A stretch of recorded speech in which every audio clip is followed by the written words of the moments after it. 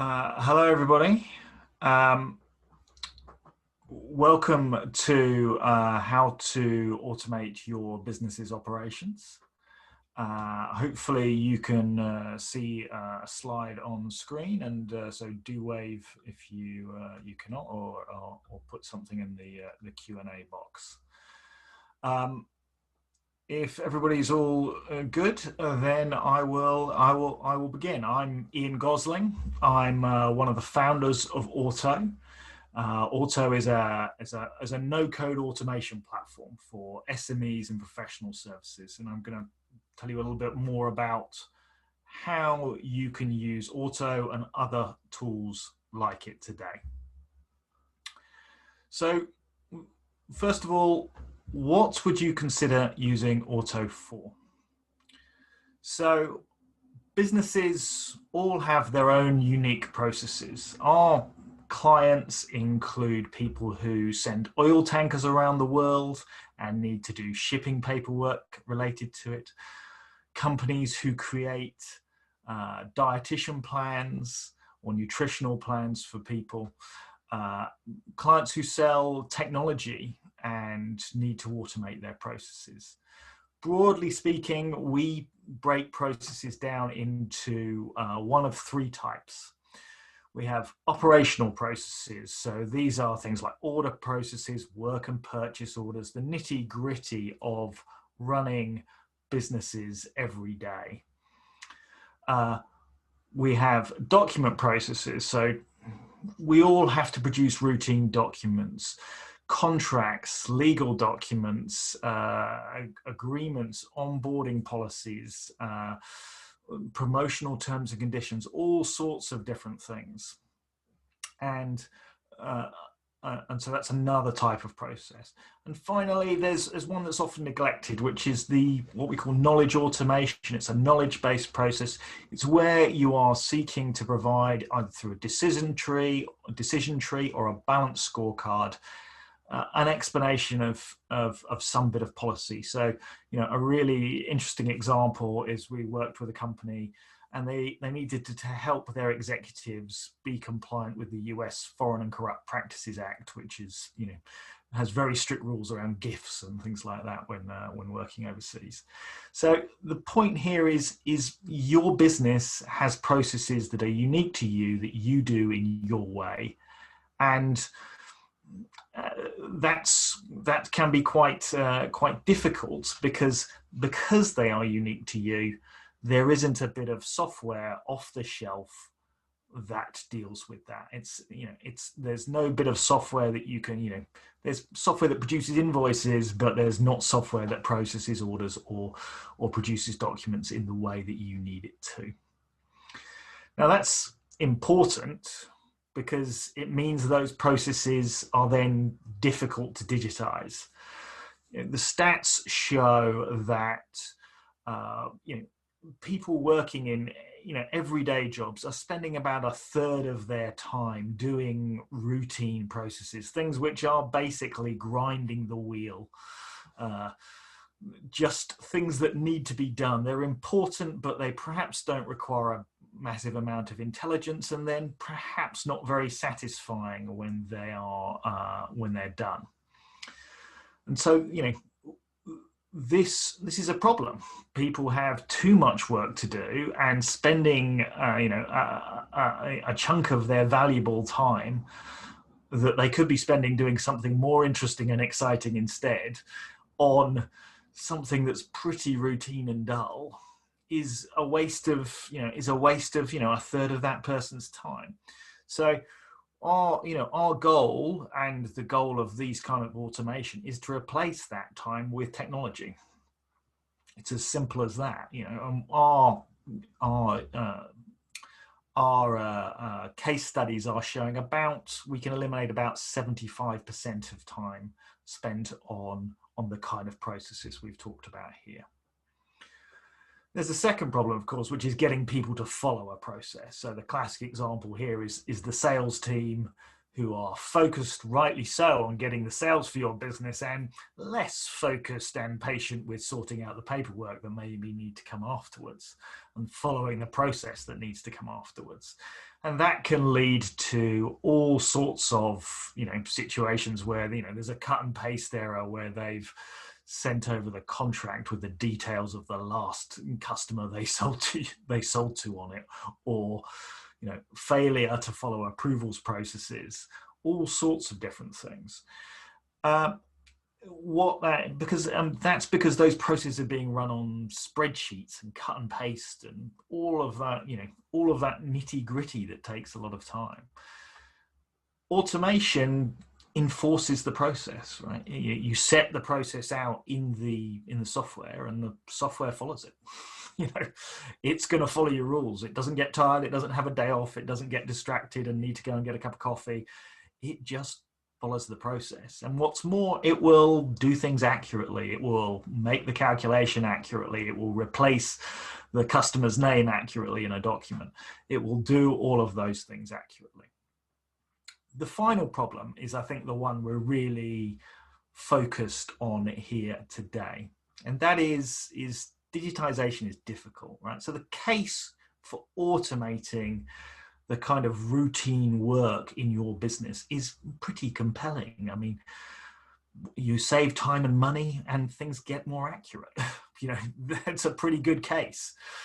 But so why don't people do it? Why are people still cutting and pasting and updating spreadsheets and all sorts of things? And the answer to that is because digitizing it has been pretty difficult. It can seem like it takes a lot of time and effort to do, and maybe too long to make it worthwhile. It's just a bit easier to carry on doing that.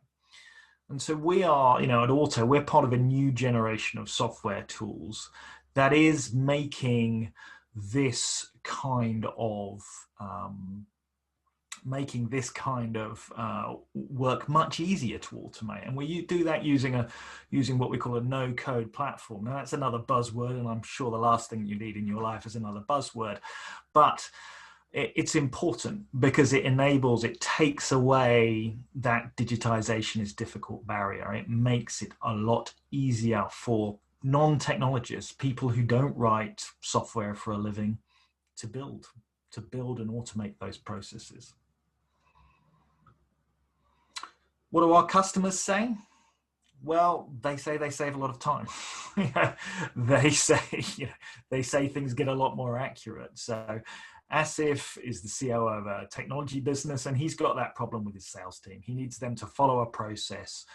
He's got a lot of intellectual property to protect. He needs their business. He needs them to make sure non-disclosure agreements, contracts, promotional agreements are all signed and sorted and are done accurately. And his problem is that the sales team weren't doing that accurately. The paperwork was catching up weeks or months later, and was often had mistakes in it. And by automating that process, he saved not only himself a load of time, but he saved his sales team a load of time as well. They filled in one thing, all the documents got created, and he didn't have to check them all because they were all done in an automatic way. Lauren works for Fintrail. They're a fintech consultancy, and they run a network of fintechs who they help with regulatory compliance and preventing financial crime. They're crime fighters. And managing that network was beginning to take up a lot of Lauren's time, just managing people coming on board and going through the processes and questionnaires and the documents that they needed to do. And they automated it very easily. Lauren came on board, built the processes all herself, and has created this automated system that solves their very particular problem. There aren't many people with the problem of automating, managing a network of fintech companies. So that's what you're seeing. You're seeing businesses with their own unique processes that need to be able to make things faster, easier, more accurate, and to deliver them, to do that as quickly and as simply and as easily as possible. Frankly, so that they can go and do something more interesting, something more enjoyable, perhaps instead. Now, that's really all I want to show you on slides today, because I think what we want to do today is to show you how you actually can do this. You know, there's so much in the press about digitization, you know, that it's kind of obvious you've got to do it, but there's very little about how you practically get on with it. So that's what we're going to do today. I'm going to show you a real process now from one of our customers. Well, I'm going to show you a slightly different version of that process, because our customer has to remain confidential, but I think that we have built something which will help you understand what we're doing. So our customer, our real customer, is a technology business, but they make materials which help. They're kind of security things. So like those RFID chips you find sewn into expensive clothes, so nobody can run out the store with them. They make things like that, and their problem is they've got a wide range of quite complex products with all sorts of configurations around them. And if the product, if the estimate isn't done carefully and correctly in providing a customer order, then they can lose a lot of margin very quickly. And all of a sudden, though they're getting revenue, they're not generating profitable sales. So they wanted to build what they call a margin checker. You know, am I going to make money from this sale? And it's a simple tool for their salesman to input what needs, you know, the information for that order, and then to and then get an analysis of the margin and send that off for approval if it needs to be approved. So it's an approvals process. There's lots of calculations involved. Now, I can't show you their process, so I've built my own version of it here with Acme Corporation. So I don't know if any of you are into Looney Tunes, but I like a cartoon, and I'm particularly fond of Roadrunner here. And so what I'm going to do is take some, you know, that famous Acme Corporation products and run a margin checker on it. And first of all, I'm going to show you what the salesperson who's going to sit there and run this sees. So first of all, they're going to arrive at this unique URL, and they're going to log in.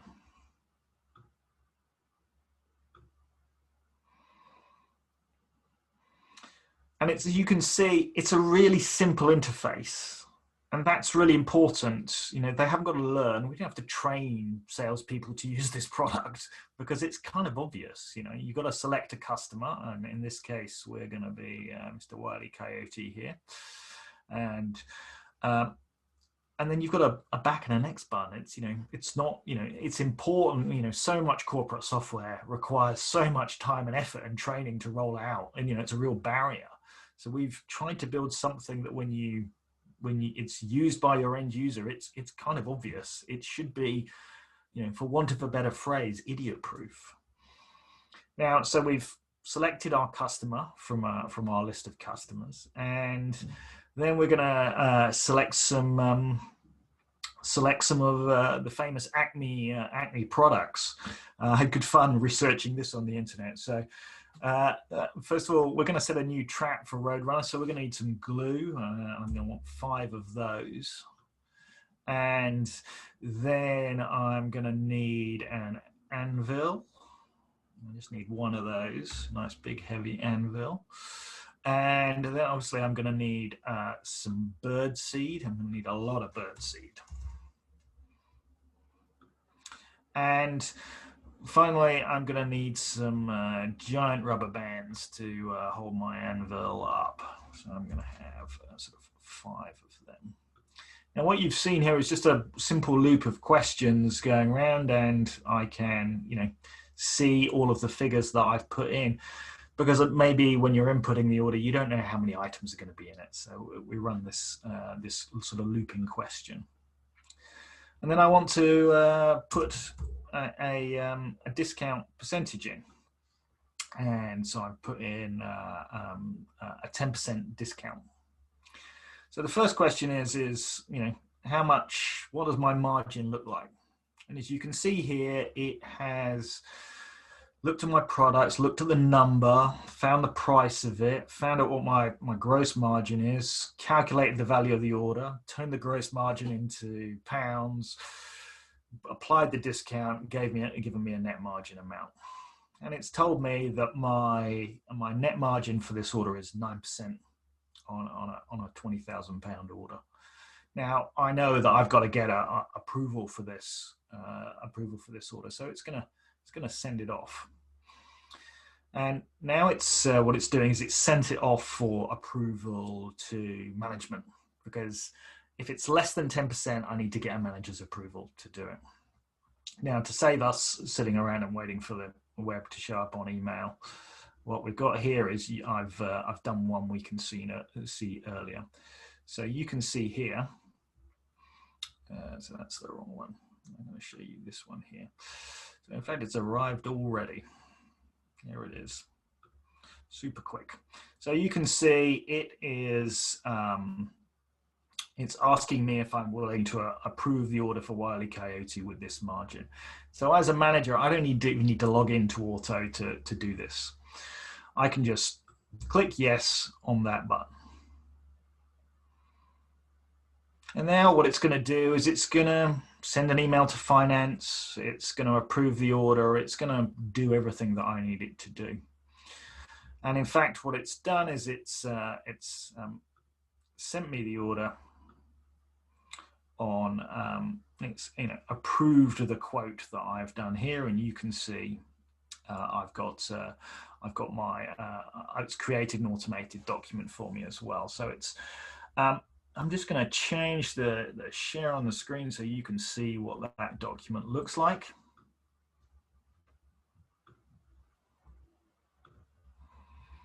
And here you can see we've got our Acme Corporation order. It's created with Wiley's name and the date and the file name. And it's got all of the information about the order that we've decided to put in it today. And it's going to send that order off to finance so that they can raise an invoice and get things processing. So what we've seen there is a really simple way to a really simple experience there. You know, a process that involves lots of calculations and approval, a document creation, has for the end user been boiled down to something that is, you know, a few moments to do, and it's for the approver is, you know, is a click on a button in an email. And it's those small changes that can make a big difference. So what does this look like on the other side? Well, this is the other side of Auto. This is the side which the end user doesn't see but is used to build automations. And you can see that this here is our margin checker workflow. And it's built up of different actions in this simple visual editor. And we mentioned earlier, you know, what is no code? Well, this is no code. It's building an automated software-driven process without actually writing a line of code. So it's all done with, so if we think about the form we saw there, it's all done very simply. You know, I've got a question here that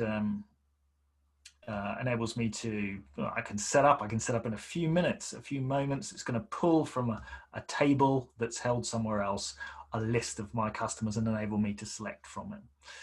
And then this process is going to run a series of calculations that's going to produce that table, calculate my overall value, calculate my overall margin, and then it's going to show me the margin analysis.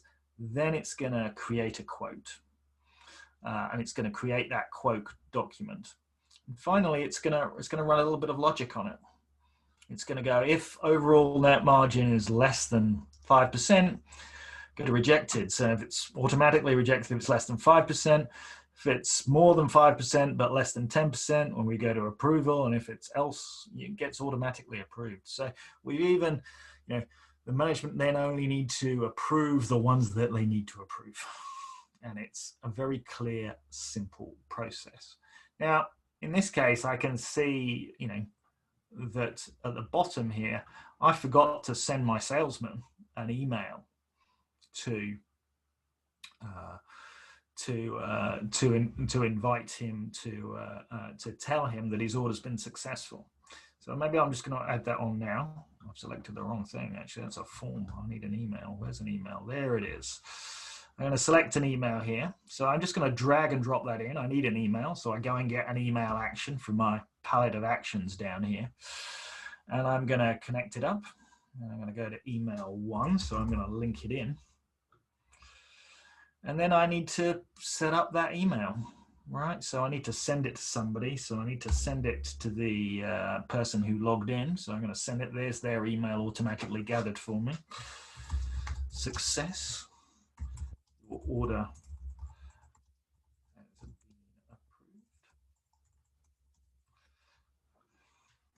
Maybe I just want to give them, make it a bit more personal. Hi.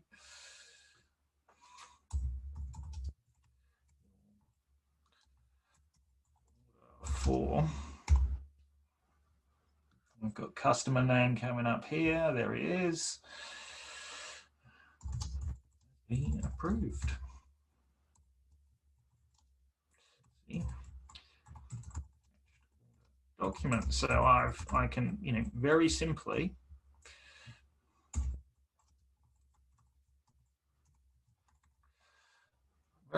just, it's like writing an email, right? It's just like the emails you send every day. There's the automated document. I'm just going to attach that. And before you know it, it's all, we have added something else to this process. Automatically, we've done it. And what you've just seen there are the basis of building processes in Auto. You go and get the action, you drag it over, you link it up in the order you want it to happen, you set it up to do the exact job that you can do. Now we've got these are like Lego building blocks. They all do different jobs down. There's 20 of these all doing different jobs, from producing documents, sending emails, dropping files in file storage, referring to tables, updating tables, sending messages in Slack, all sorts of different things. And all of these enable us, you can build these up to build up the unique process that your business needs. And this kind of no-code situation where you can build it very quickly and simply, you can automate it, it automatically creates a user interface for you, and then you publish it for use by your clients and colleagues, means that you can automate processes in a few hours rather than days or weeks. And that means that that barrier to digitization that's stopping you from freeing up that time and preventing those errors is taken away.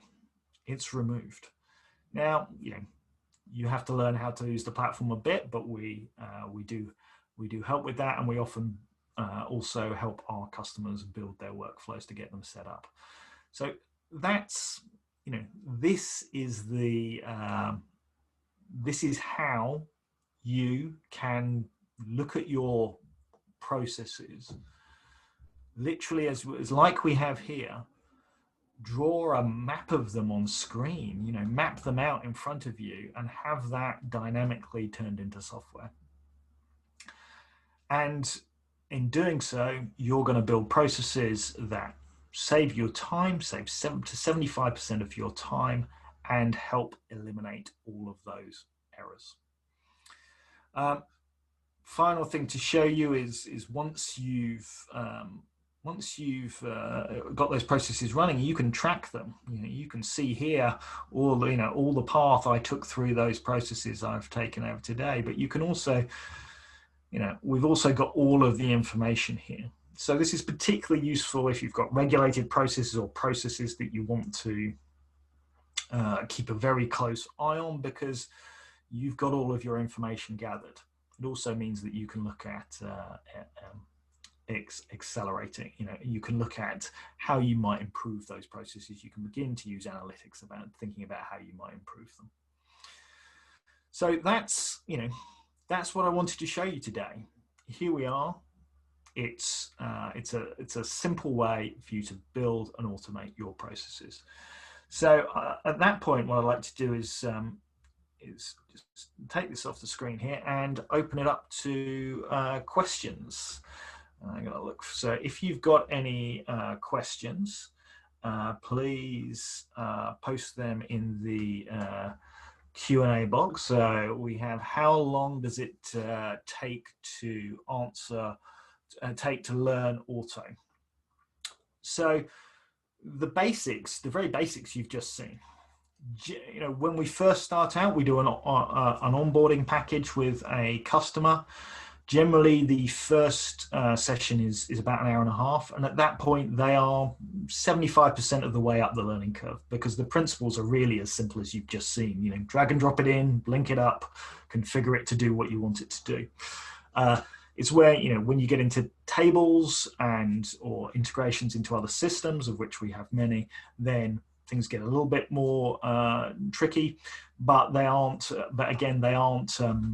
That all of our customers set up their own integrations and data tables all of the time. So in general, a couple of hours to get started, and then you learn more as you go along.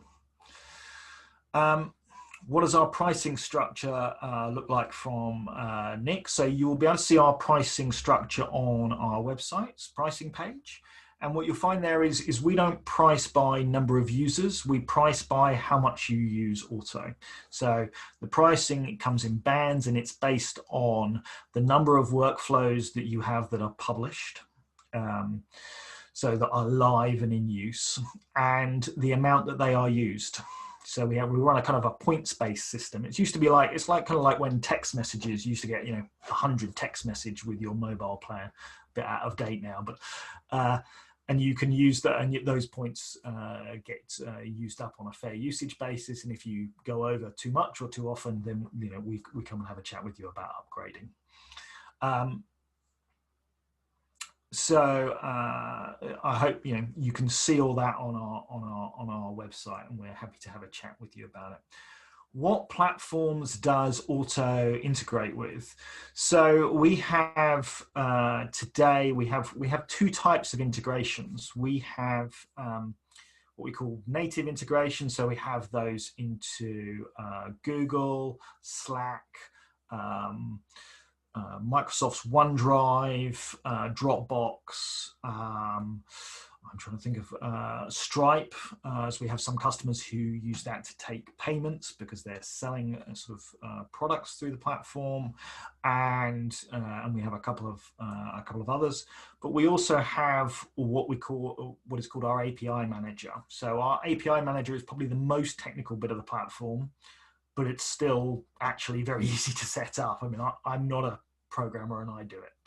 And what that does is it enables you to, if you're any software system you've got that's got a modern API, it enables you to configure the API manager to go and send information to it or get information from it. So we've got about half a dozen off the shelf, and we have the API manager as well, which enables you to set up all sorts of different things. And if anybody's interested in that, I'm happy to show that to them at a later date.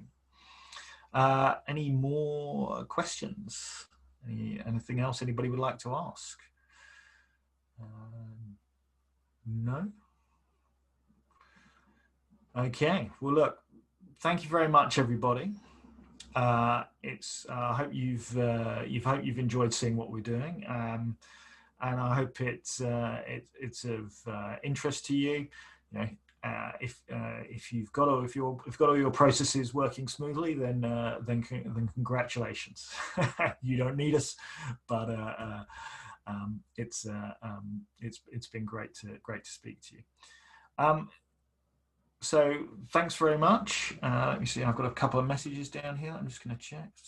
Oh, there are some messages in the chat. Is it possible to create a questionnaire and have the answers populated into a variety of forms and other documents? Yes, it is. Yes, it is. It's we do that a lot. So you saw the form there that we had that questionnaire, and you can in fact set it up to populate PDF forms. You can put it in Word documents, convert those Word documents to PDFs. You can, so it depends, so yes, we can certainly do that. Yes, we do offer support for building workflows. We offer, there's a fixed setup package if you want to build yourself, or if not, we can talk to you about what workflow you require, and we can give you a quote for that. Let me see, is there any other questions? I think that's it. Great, so thank you very much, everybody, and I hope you enjoyed today, and we will speak to you again, I hope. Cheers. Bye-bye.